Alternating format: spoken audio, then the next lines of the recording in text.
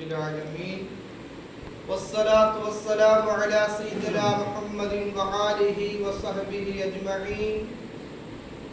அளவற்ற அருளாளனும் நிகரற்ற பேரன்புடையனுமாகிய அல்லாஹ் ஒருவனுக்கே அனைத்து புகழும் உண்டாகட்டுமாக.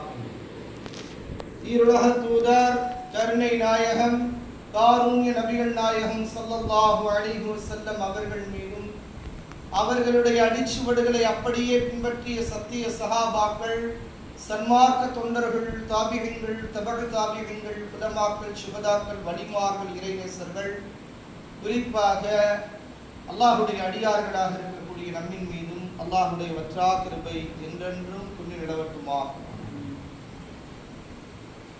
இன்றைய நாள் பிறை 17 பத்ரு சஹாபாக்களுடைய நினைவு தினமாக அனுஷ்டிக்கப்படுகிறது. இஸ்லாத்தினுடைய முதல் போர், அந்த முதல் போரினுடைய வரலாறு எப்படிப்பட்ட வரலாறு, அதில் எத்தனை சஹாபாக்கள் கலந்து கொண்டாங்க, அதில் நடந்த பல சுவாரஸ்யமான விஷயங்கள் இன்ஷா அல்லாஹ் பார்ப்போம். எதிரிகள் பார்த்தீர்கள் என்று சொன்னால் 1000க்கும் மேற்பட்டவர்கள். நம்மிடத்தில் இருக்கக்கூடிய அணி 313 சஹாபாக்கள் மட்டும்தான். அதாவது எண்ணிக்கையால் நாம் குறைந்தவர்களாக இருக்கிறோம். இன்னும் சொல்ல போனால் நம்மிடத்தில் இருக்கக்கூடிய ஆயுதங்கள் மிகவும் குறைவான ஆயுதங்கள், கவசங்களோ மிக கம்மியானது. அதே போன்று வாகனங்கள் ஒட்டகத்தில் வரும்போது, இது ஹிஜ்ரி 3வது ஆண்டு நடக்கிறது, மதீனாவிலிருந்து பத்ர் என்ற ஒரு இடத்திற்கு வருகை தருகிறார்கள். எதிரிகள் என்னங்க, பக்கத்தில் இருக்கக்கூடிய இடத்திலிருந்து, அதாவது இரண்டுக்கும் நடுவுமாக இருக்கக்கூடிய மதீனாவிற்கும் மக்காவிற்கும் நடுவாக இருக்கக்கூடிய பத்ர் என்ற இடத்திற்கு வருகை தருகிறார்கள். மக்காவுடைய குறைஷி குப்பார்கள் ஒரு 1000க்கும் மேற்பட்டவர்கள். இதுல பாத்தீங்கன்னு சொன்னா நம்மளுடைய சஹாபாக்களுடைய சொந்தக்காரர்கள், எதிர்படையில் இருக்கிறவங்க யாருங்க, நம்மளுடைய தோழர்கள். உமர் ரலியல்லாஹு அவர்களுக்கெல்லாம் தாய்மாமல எதிர்படையில் இருக்காங்க. அதே மாதிரி மற்ற சஹாபாக்களுடைய உறவினர்கள் எதிர்படையில். இஸ்லாத்திற்காக, இஸ்லாம் என்று வரும்போது தன் உயிரையும் கொடுப்பதற்காக துச்சமாக இருந்த சஹாபாக்கள், அது தன்னுடைய குடும்பமாக இருந்தாலும் அவர்களையும் கொன்று குவிக்க வேண்டும், அவர்களையும் வீழ்த்த வேண்டும் என்ற உறுதியான அந்த ஈமானோடு தான் எங்க இருந்து புறப்பட்டு வராங்க, மதீனாவிலிருந்து சஹாபாக்கள் புறப்பட்டு வராங்க. பத்ர் என்ற யுத்தகரம், அந்த பத்ர் என்ற இடத்துக்கு தான் வராங்க. நம் தரப்புல 313 சஹாபாக்கள் இருக்காங்க. எத்தனை பேருங்க? 313. எதிர்படையில உள்ளவர்கள் 1000க்கும் மேற்பட்டவர்கள், எல்லாம் பலம் பொருந்தியவர்கள். போர்ல அபூஜஹல், உத்பா, ஷைபா, பெரும் குறைஷியினுடைய குஃபார்கள்லாம் அந்த படையில தான் இருக்காங்க. நினைச்சு கூட பார்க்க முடியாது. தலைக்கு தலை வச்சா கூட என்னங்க, பாக்கி இருக்கக்கூடிய நபர்கள் 700 பேர் இருக்காங்க. 313 நபர்களுக்கு தலைக்கு தலை என்று வைத்தால் கூட நாம் வீழ்ந்து விடுவோம். ஆனாலும் அல்லாஹ் மீது நம்பிக்கையை வைத்து 313 சஹாபாக்கள் எங்கள் உயிர் போனாலும் பரவாயில்லை, இஸ்லாத்தை நிலைநாட்ட வேண்டும் அப்படிங்கிற அந்த எண்ணத்தோட, உயர்ந்த எண்ணத்தோட அங்கிருந்து புறப்பட்டு வராங்க. இதுக்கிடையில நபி ஸல்லல்லாஹு அலைஹி வஸல்லம் அவங்க இந்த பத்ருனுடைய இடத்திற்கு அருகாமையில வந்து, இப்ப மஸ்ஜித் அலீஸ்ன்னு சொல்லுவாங்க, அந்த பள்ளிவாசல் அந்த இடத்துல இருக்கு. அந்த இடத்துல தான் ஒரு கூடாரம் மாதிரி அமைத்து வச்சிருந்தாங்க. சஹாபாக்கள் தங்குறதுக்கும், 313 சஹாபாக்கள் தங்குறதுக்கும், ரசூல் ஸல்லல்லாஹு அலைஹி வஸல்லம் இருக்கிறதுக்கும், துஆ கேட்கறதுக்கும் அந்த இடத்தை தான் என்ன பண்ணி வச்சிருந்தாங்க, கூடாரமாக அமைத்து வைத்திருந்தார்கள். எக்ஸாக்டா பாத்தீங்க அப்படின்னு சொன்னா, இமாம் நின்று தொலை வைக்கக்கூடிய இடம்தான் ரசூல் ஸல்லல்லாஹு அலைஹி வஸல்லம் அவர்கள் சுஜூதில் வீழ்ந்த இடம். அதாவது போர் விடியற் காலையில துவங்க போகுது, சுபுவுக்கு பின்னாடி. சஹாபாக்கெல்லாம் என்ன, அந்த நோம்பினுடைய கடைப்புல இருக்காங்க. இன்னொன்று, அவங்க வரக்கூடிய அந்த பயணமோ ரொம்ப கவலையோட எப்படி வர்றாங்க அப்படின்னு சொன்னா, உடல் ஒரு பலகீனத்தோட வர்றாங்க, அந்த பயண கலைப்போட வர்றாங்க. ஒரு வாகனத்துல 3 பேர், எத்தனைங்க, ஒரு ஒட்டகத்துல 3 பேர் புறப்பட்டு வராங்க. புறப்பட்டு வந்து மஸ்ஜித் அலீஸ்ங்கிற அந்த இடத்துல அந்த கூடாரம் அமைத்து அந்த இடத்துல தான் இருக்காங்க. இப்ப ரசூலுல்லாஹி ஸல்லல்லாஹு அலைஹி வஸல்லம் அவர்கள் சுஜூதில் வீழ்ந்து துஆ கேட்கிறார்கள். யா அல்லாஹ், இந்த சின்னஞ்சிறு படையை நீ அழித்து விட்டால் இந்த உலகத்திலே உன்னை தஸ்பீஹ் செய்வதற்கும் உன்னை நினைவு கூறுவதற்கும் இந்த உலகத்தில் யாருமே இல்லாமல் போய்விடுவார்கள் யா அல்லாஹ். எனவே இந்த கூட்டத்தை காப்பாற்று. அனஸ் ரலியல்லாஹு அவர்கள் சொல்கிறார்கள், பெருமானார் ஸல்லல்லாஹு அலைஹி வஸல்லம் அவர்களை நான் பார்த்தேன். பெருமானார் ஸல்லல்லாஹு அலைஹி வஸல்லம் சுஜூதுல விழுந்து துஆ கேட்டாங்க. ஒரு மணி நேரம் கழிச்சு திரும்பி வர்றாங்க. இது அதாவது தஹஜ்ஜுடைய நேரத்துல இந்த நிகழ்வு நடந்துகிட்டு இருக்கு.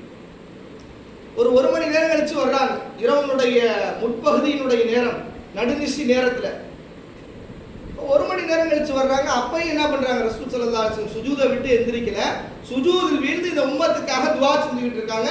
313 சஹாபாக்கள் அழிக்கப்படக்கூடாது. இப்படி அழிக்கப்பட்டால் உன்னை அல்லாஹ் என்று சொல்வதற்கு இந்த உலகத்துல யாருமே இருக்க மாட்டாங்கன்னு சொல்லி ரசூல் ஸல்லல்லாஹு அலைஹி வஸல்லம் துஆ கேட்கிறாங்க. இன்னொரு ஒரு மணி நேரம் கழிச்சு அனஸ் ரலியல்லாஹு அவங்க வர்றாங்க. அப்பயும் ரசூல் ஸல்லல்லாஹு அலைஹி வஸல்லம் அவங்க துஆ கேட்டுக்கிட்டே இருக்காங்க. துஆவிலே இந்த வார்த்தை, யா ஹய்யு யா கய்யூம் பிரஹ்மதிக நஸ்தகீத். அதாவது இமாம்கள் முஃபஸ்ஸிரீன்கள் மிகப்பெரிய கல்விமான்கள் எல்லாம் சொல்லக்கூடிய விஷயம் என்ன அப்படின்னு சொன்னா, பெருமானார் ஸல்லல்லாஹு அலைஹி வஸல்லம் சொன்னார்கள், அல்லாஹ்வுடைய திருநாமத்துல ஒரு திருநாமம் இருக்கு. அல்லாஹ்வுடைய 99 திருநாமத்துல ஒரு திருநாமம் இருக்கிறது. யார் அந்த திருநாமத்தை கொண்டு அல்லாஹ்விடத்தில் துஆ கேட்பார்களோ அவருடைய துஆ கபூலாக்கப்படும். அப்படிப்பட்ட ஒரு திருநாமம் தான் இந்த யா ஹய்யு யா கய்யூம். இதத்தான் ரசூலுல்லாஹி ஸல்லல்லாஹு அலைஹி வஸல்லம் சுஜூதில் விழுந்து கேட்கிறாங்க. இந்த சப்தத்தை யார் செவியுறா? அனஸ் ரலியல்லாஹு அன்ஹு கேட்கிறாங்க.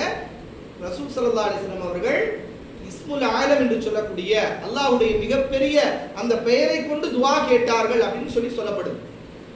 அப்ப பெருமானார் ஸல்லல்லாஹு அலைஹி வஸல்லம் அவர்கள் சுஜூதிலிருந்து எந்திரிக்கிறாங்க. எந்திரிச்சிட்டு பெருமானார் ஸல்லல்லாஹு அலைஹி வஸல்லம் அவர்கள் மிகப்பெரிய ஒரு சுபச்செய்தியை சொல்றாங்க சமுதாயத்துக்கு. அல்லாஹ் தஆலா இந்த படைக்கு இப்படை வெல்வின் எப்படை வெல்லுங்கிற மாதிரி இப்படைக்கு அல்லாஹ் அனுப்பிய இன்னொரு படை மலக்குகளை அல்லாஹ் தஆலா அனுப்புறான். எந்திரிச்சோடனே சுஜூதிலிருந்து எந்திரிக்கும் போது பெருமானார் ஸல்லல்லாஹு அலைஹி வஸல்லம் அவர்கள் சொன்னார்கள், அதோ புழுதியை கிளப்பிக் கொண்டு குதிரையினுடைய படையை முதலாவதாக துவக்கி குதிரையிலிருந்து தன்னுடைய சாட்டை எடுத்துக்கொண்டு ஜிப்ரீல் அலைஹிஸ்ஸலாத்து வஸ்ஸலாம் அவர்கள் வருகை தருகிறார்கள். அதோ மீகாயில் அலைஹிஸ்ஸலாம் அவர்கள் வருகை தருகிறார்கள். அதாவது அந்த மலக்குமார்கள் இறங்கிய மலைன்னு இன்னும் இருக்குது, ஜபல மலாயிகான்னு சொல்லுவாங்க. அந்த மலாய்க்குமார்கள் இறங்கின மலைன்னு சொல்லி யூடியூப்ல பார்த்தீங்கன்னா கூட அந்த மணல் போன்ற அமைப்புகள்ல இருக்கும். அந்த இடத்துல தான் முதலாவதாக என்ன பண்றாங்க, மலக்குமார்கள் இறங்குறாங்க. ஃபர்ஸ்ட் இறங்குனது 1000 மலக்குமார்கள். அதுல முதலாவதாக இறங்குனது யாருங்க? அல்லாஹ் தஆலா இப்படைக்கு ரசூல் ஸல்லல்லாஹு அலைஹி வஸல்லம் கேட்ட அந்த துஆ யாரை இறக்கி வச்சிட்டான்? ஜிப்ரீல் அலைஹிஸ்ஸலாம் அவர்களே இறக்கி வச்சிட்டாங்க. மீகாயில் அலைஹிஸ்ஸலாம் அடுத்தடுத்து பெரும் மலக்குகளுக்கெல்லாம் தலைவர் தான் முதல்ல இறக்கலாம். எல்லா மலக்குகளுக்கும் தலைவர் யாருங்க? ஜிப்ரீல் அலைஹிஸ்ஸலாம். ஜிப்ரீல் அலைஹிஸ்ஸலாமே இறங்குனாங்க. முதல்ல 1000 மலக்குகள், அதுக்கடுத்து 5000 மலக்குமார்கள். பெருமானார் ஸல்லல்லாஹு அலைஹி வஸல்லம் அவர்கள் எல்லாரையும் அணிவகுத்துறாங்க. எல்லாரும் நில்லுங்க அப்படின்னாங்க. சஹாபாக்கள் தான் எல்லாரும் நின்னாங்க, வரிசையா இருந்தாங்க.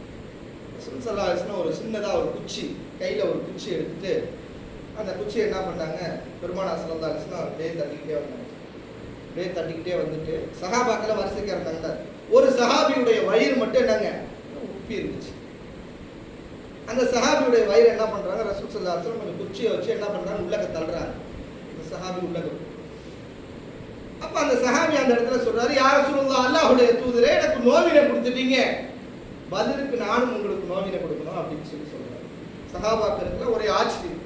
உடனே ரசூல் ஸல்லல்லாஹு அலைஹி வஸல்லம் என்ன பண்ணாங்க, அந்த குச்சியை அவர்கிட்ட கொடுத்தாங்க. அந்த குச்சியை கையில வாங்கிட்டு கீழே போட்டாங்க. கீழே போட்டு ரசூல் ஸல்லல்லாஹு அலைஹி வஸல்லம் அவங்களை கட்டி பிடிக்கிறாங்க. கட்டி பிடிச்சிட்டு அவங்க சொன்ன வார்த்தை, யா ரசூலுல்லாஹ், அவங்க ஆச்சரியத்தோட பாக்குறாங்க, எதுக்காக நீங்க பழிவாங்கன்னு சொன்னீங்களே, ஏன் நீங்க கட்டி பிடிக்கிறீங்கன்னு சொல்லி கேட்கிறாங்க ரசூல் ஸல்லல்லாஹு அலைஹி வஸல்லம். அப்ப அந்த சஹாபி சொன்னார், அந்த சஹல் என்ற சஹாபி சொன்னார், யா ரசூலுல்லாஹ், நிச்சயமாக இந்த போர்க்களத்துல நான் ஷஹீதாகிருவேன், என்னுடைய உயிர் பிரியும் என்று எனக்கு நன்றாக தெரியும். நான் கட்டிப்பிடித்த கடைசி மனிதர் நீங்கள் தான் யா ரசூலுல்லாஹ். எப்படி? நான் கட்டிப்பிடித்த கடைசி மனிதர் நீங்கள் தான் யா ரசூலுல்லாஹ் என்று சொல்லி பெருமானார் ஸல்லல்லாஹு அலைஹி வஸல்லம் அவர்களை ஆரத்தருவலோடு கண்ணீரோடு மல்லிட்டு, ஏன்னா அதுக்கடுத்து யாரை சந்திக்க போறாங்க, அல்லாஹ்வை சந்திக்க போறாங்க. நிச்சயமா இந்த போர்ல ஷஹீத் ஆயிருவேங்கிற உறுதி அவங்களுக்கு. பெருமானார் ஸல்லல்லாஹு அலைஹி வஸல்லம் அவருடைய சஹாபாக்கள் எல்லாம் சுபசோபனம் உண்டாகட்டுமாக, சுபசோபனம் உண்டாகட்டுமாக. சொர்க்கத்தை கொண்டு நன்மாராயம் சொல்லப்பட்டார். அப்ப பெருமானார் ஸல்லல்லாஹு அலைஹி வஸல்லம் அவங்க இந்த பத்ருனுடைய யுத்தகளம் துவங்குவதற்கு முன்பதாக சில விஷயங்களை சொல்லி காட்டினார். அபூ ஜஹல், உத்பா, ஷைபா இவங்கதான் குறைஷினுடைய குஃபாரினுடைய மிகப்பெரிய தலைவர்கள். அவங்கதான் குச்சி வச்சிருந்தாங்கல்ல கையில, இந்த குச்சி எடுத்துட்டு ஒரு வட்டம் விட்டாங்க. இப்படி ஒரு வட்டம், இந்த வட்டத்துக்குள்ள இந்த வட்டத்துல அபூ ஜஹலுடைய தலை இருக்கும் அப்படின்னா, இந்த இடத்துல வட்டம் விட்டு இங்க உத்பாவுடைய தலை இங்க இருக்கும், ஷைபாவுடைய தலை இங்க இருக்கும் அப்படின்னு சொல்லி ரசூலுல்லாஹி ஸல்லல்லாஹு அலைஹி வஸல்லம் அவர்கள் வட்டமிட்டார்கள். சுப்ஹானல்லாஹ். போர் முடிந்ததற்கு பின்னால் அவங்களுடைய தலையெல்லாம் எங்க இருந்துச்சுங்க?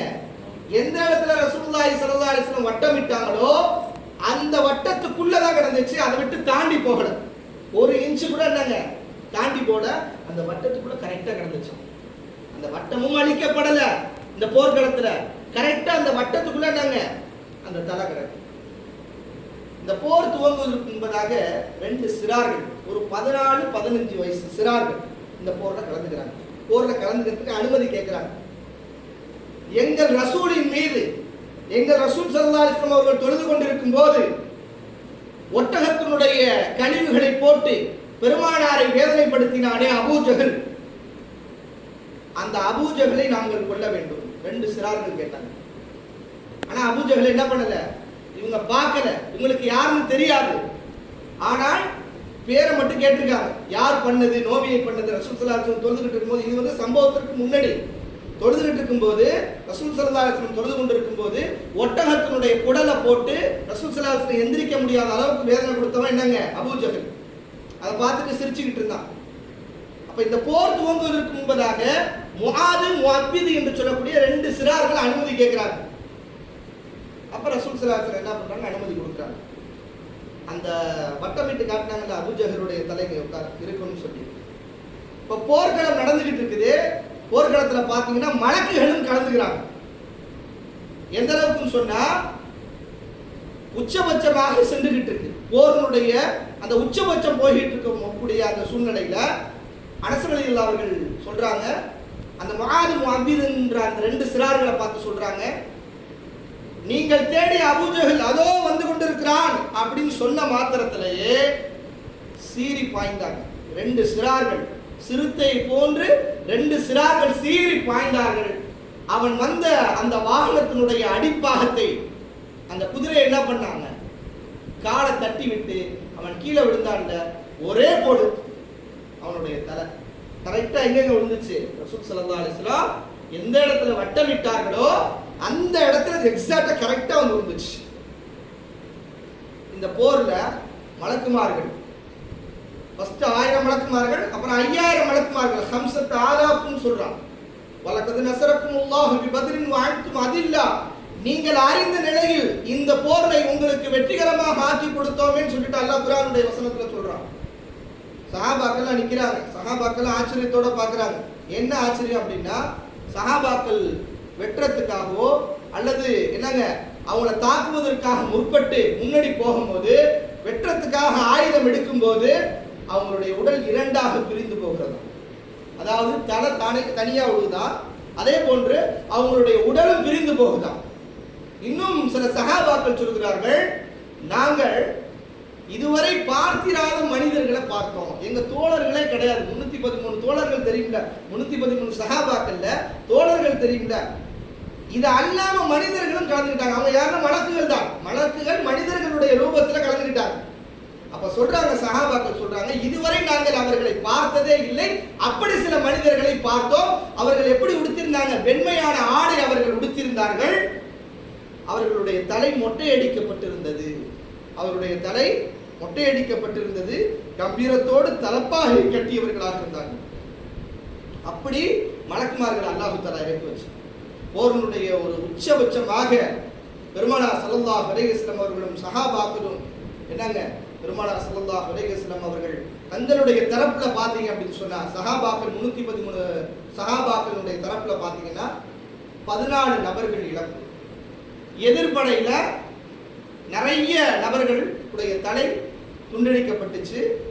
நிறைய நபர்கள் வீழ்த்தப்பட்டாங்க. இந்த போர் நமக்கு வெற்றிகரமான ஒரு போராக அமைஞ்சிச்சு. அப்ப எதிரிகளுடைய உடலெல்லாம் எடுத்துட்டு வந்து உத்துபா, ஷைபா, அபூஜஹல் இன்னும் குஃபார்களுடைய உடலெல்லாம் எடுத்துட்டு வந்து ஒரு கேணி மாதிரி இருக்கும் அந்த பத்ர் என்ற இடத்துல. அந்த இடத்துல தான் என்ன பண்ணப்பட்டுச்சு, அவங்களுடைய உடலெல்லாம் போடப்பட்டுச்சு. போட்டுட்டு ரசூல் ஸல்லல்லாஹு அலைஹி வஸல்லம் என்ன பண்ணாங்க, போர் முடிஞ்சதுக்கு முன்னாடி போய் அந்த கிணற்றினுடைய அருகாமையில போயிட்டு, இப்போது நான் உண்மை தூதுவர் என்பதை நீங்கள் அறிந்து கொண்டீர்களா அப்படின்னு சொல்லி கேட்கிறாங்க. உமர் ரலியல்லாஹு அன்ஹு பின்னாடி வந்துட்டு, யார சொல்ல அவங்க மௌத்தா போயிட்டாங்க, அவங்கள்ட்ட போய் நீங்க பேசுறீங்களே அப்படின்னு சொல்லி கேட்டாங்க. அப்ப பெருமானார் ஸல்லல்லாஹு அலைஹி வஸல்லம் அவர்கள் சொன்னார்கள், உங்களை விட மிக நன்றாக அவர்கள் செவி கொடுப்பார்கள், நல்லா கேட்பாங்க, கேட்டுக்கிட்டு தான் இருக்காங்க அப்படின்னு சொல்லிட்டு ரசூல் ஸல்லல்லாஹு அலைஹி வஸல்லம் அந்த கிணற்றினுடைய ஒரு பகுதியில தான் நின்று என்ன பண்ணாங்க, அந்த உடல்கள்லாம் போட்டதுக்கு முன்னாடி இந்த விஷயத்தை பேசினாங்க. அப்ப இந்த நிகழ்வு பார்த்தீங்கன்னு சொன்னா ஹிஜ்ரி 3வது ஆண்டு என்னங்க பிறை 17ல ரமலானுடைய காலகட்டத்தில் நோன்பு வைத்துக் கொண்டு சஹாபாக்கள் செய்த தியாகம். நம்ம தரப்புல ஒரு 14 நபர்கள் என்னங்க கொல்லப்பட்டாங்க, ஷஹீதாக்கப்பட்டாங்க. அவங்களையுமே தனிப்பட்ட முறையில் ஒரு இடத்துல அடக்கம் செய்தாங்க. அதாவது பத்ரு ஷுஹதா அப்படின்னு சொல்லுவாங்க. அந்த பத்ரு ஷுஹதாவுடைய இடத்துல தான் அந்த 14 சஹாபாக்கள் அடக்கமாயிருக்காங்க. அந்த 14 சஹாபாக்கள்ல 13 சஹாபாக்கள் யாருங்க, அன்சாரி தோழர்கள். அதாவது மதீனாவில் இருந்த அன்சாரி தோழர்கள். ஒரே ஒரு சஹாபி முஹாஜிரின்னு சொன்னா மக்காவிலிருந்து மதீனாவுக்கு புறப்பட்டு போனாங்கல்ல, மதீனால இருந்த சஹாபாக்கள் அடைக்கல கொடுத்தாங்கல்ல, அவங்கள வந்து அன்சாரி தோழர்கள்னு சொல்லுவாங்க, உதவி செய்யக்கூடிய தோழர்கள்னு சொல்லுவாங்க. இங்க இருந்து போனாங்கல்ல அவங்கள வந்து முஹாஜிரீன்கள்னு சொல்லுவாங்க, ஹிஜ்ரத் செஞ்சு போனவங்க அப்படிங்கிறதுக்கு முஹாஜிரீன்கள்னு சொல்லுவாங்க.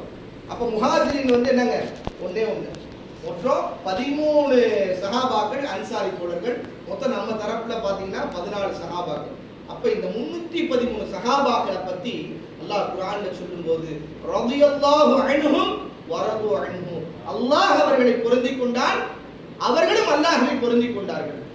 இந்த சம்பவத்துக்கெல்லாம் பின்னாடி, இந்த போர்க்களம் முடிந்ததுக்கு பின்னாடி ஒரு சஹாபி என்ன பண்ணிடுறாங்க அப்படின்னு சொன்னா, மதீனாவுடைய ஒரு ரகசியமான ஒரு விஷயம், அந்த ரகசியமான விஷயத்த என்ன பண்ணிடுறாங்க, ஒரு பெண்மணிகிட்ட ஒரு துண்டு சீட்ல எழுதி கொடுத்து விட்டுறாங்க. அதாவது சஹாபாக்களுக்கு மத்தியில உள்ள இஸ்லாம் சம்பந்தப்பட்ட ஒரு ரகசியமான விஷயத்த என்ன பண்ணிடுறாங்க, ஒரு துண்டு சீட்டை அங்க போகக்கூடிய தருணத்துல ஒரு பெண்மணிகிட்ட கொடுத்து விட்டுறாங்க, அவங்களுக்கு தெரிகிற மாதிரி, எதிரியினுடைய படைகளுக்கு தெரிகிற மாதிரி. அதாவது இந்த சம்பவத்துக்கு பின்னாடி, பத்ருனுடைய சம்பவத்துக்கு பின்னாடி. அப்ப அந்த சீட்டை வந்து ரசூல் ஸல்லல்லாஹு அலைஹி வஸல்லம் சொல்லி, ஜிப்ரீல் அலைஹிஸ்ஸலாம் வந்து சொல்லி அந்த சீட்டை கைப்பற்றிடுங்கன்னு சொன்னதுக்கு பின்னாடி அந்த சீட்டை என்ன பண்ணிடுறாங்க, போய் பிடிங்கி எடுத்துடுறாங்க, சஹாபாக்கள் போய் பிடிங்கி எடுத்துடுறாங்க. அப்ப இந்த சஹாபியை கூப்பிட்டு விசாரிக்கும் போது இவருக்கு தண்டனை கொடுக்கணும்னு சொல்லிட்டு யார் சொல்றாங்க, உமர் ரலியல்லாஹு அன்ஹு சொல்றாங்க. ரசூல் ஸல்லல்லாஹு அலைஹி வஸல்லம் அந்த இடத்துல இருக்கும்போது அந்த சஹாபி விளக்கம் சொல்றாங்க, என்னுடைய மனைவி காப்பாற்றப்பட வேண்டும் என்பதற்காகத்தான் என்ன ரகசியமான இந்த விஷயத்தை நான் சொல்லி அனுப்பிச்சேன் அப்படின்னு சொல்லி அதுக்கு விளக்கம் சொல்றாங்க. பெருமானார் ஸல்லல்லாஹு அலைஹி வஸல்லம் என்ன பண்ணாங்கன்னா, இந்த சஹாபிக்கு தண்டனை கொடுக்க கூடாது, ஏன்னா இவர் பத்ருனுடைய யுத்தகலத்துல கலந்துகிட்ட சஹாபி அப்படின்னு சொல்லி சொல்றாங்க. ஏன்னா பத்ரில் கலந்து கொண்ட சஹாபிக்கு அல்லாஹ் சான்றிதழ் கொடுக்கிறான், ரலியல்லாஹு அன்ஹும் வரது அன்ஹு, அல்லாஹ் அவர்களை பொருந்திக் கொண்டால் அவர்களும் அல்லாஹ்வை பொருந்திக் கொண்டார்கள், அதனால அவருக்கு தண்டனை கொடுக்க கூடாதுன்னு சொன்னாங்க. ஏன்னா அவருடைய உள்ளத்துல உள்ளதை அல்லாஹ் தஆலா அறிவார். அவருடைய மனைவி காப்பாற்றப்பட வேண்டும், பிள்ளைகள்லாம் இருக்காங்க, அந்த பிள்ளைகளும் மனைவி காப்பாற்றப்பட வேண்டும் என்பதற்காகத்தான் ரகசிய செய்தியை சொன்னாங்கிறத அந்த இடத்துல தெளிவுபடுத்துறாங்க. அப்ப அவங்களுக்கு இருக்கக்கூடிய மகத்துவம் இருக்கிறது. மற்ற சஹாபாக்கள், அதுக்கு பின்னாடி இஸ்லாத்தை ஏற்றுக்கொண்ட சஹாபாக்களுக்கும் இவங்களுக்கும் உண்டான சஹாபாக்களுக்கு உண்டான வித்தியாசங்கள் கூட. ஏன்னா இந்த பத்ருடைய யுத்த காலத்துல ஒரு சஹாபி கொல்லப்படக்கூடிய அந்த தருணத்துல சக்கராத்துடைய வேதனையில இருக்கும்போது பெருமானார் ஸல்லல்லாஹு அலைஹி வஸல்லம் அவர்கள் உயர்ந்த சொர்க்கமாம் ஜன்னத்துல் ஃபிர்தௌஸை கொண்டு நன்மாராயம் சொல்லப்பட்டாங்க. ஒரு சஹாபி புத்துயிர் கொலையுமா கிடந்தாங்க, ஒரு சஹாபி. அந்த சஹாபியை பார்த்துட்டு ரசூல் ஸல்லல்லாஹு அலைஹி வஸல்லம் சொன்னாங்க, வஜபத் ஜன்னத்துல் ஃபிர்தௌஸ், உயர்தரமான சொர்க்கம் எதுங்க, சொர்க்கத்திலே உயர்ந்த சொர்க்கம் ஜன்னத்துல் ஃபிர்தௌஸ். அந்த ஜன்னத்துல் ஃபிர்தௌஸை கொண்டு பத்ருனுடைய யுத்தகலத்துல ஒரு சஹாபி கொல்லப்பட்டதுக்கு, அந்த கொல்லப்படக்கூடிய அந்த தருணத்துல சக்கராத்துடைய வேதனையில அதை கேள்விப்பட்டதுமே சிரித்த முகத்தோட என்ன பண்ணாங்க, அவங்களுடைய ரூஹ் பிரிந்ததாக வரலாறு சொல்லுவாங்க. அப்படியெல்லாம் தியாகம் செய்த காரணத்தினால தான் இஸ்லாம் இந்த அளவிற்கு என்னங்க லட்சக்கணக்கான, கோடிக்கணக்கான, மில்லியன் கணக்கான, பில்லியன் கணக்கான அளவிற்கு இன்னைக்கு இஸ்லாம் வளர்ந்திருக்கிறது. அவர்கள் செய்த அந்த தியாகம் தான் மார்க்கத்தை இந்த அளவுக்கு நிலைநிறுத்திருக்கிறது. அல்லாஹ் தஆலா நம் எல்லோரையும் கபூல் செய்திருவானாக. வாஃபிரு தஅவானா அல்ஹம்துலில்லாஹி ரப்பில் ஆலமீன். அஸ்ஸலாமு அலைக்கும் வரஹ்மத்துல்லாஹி வபரகாத்துஹு.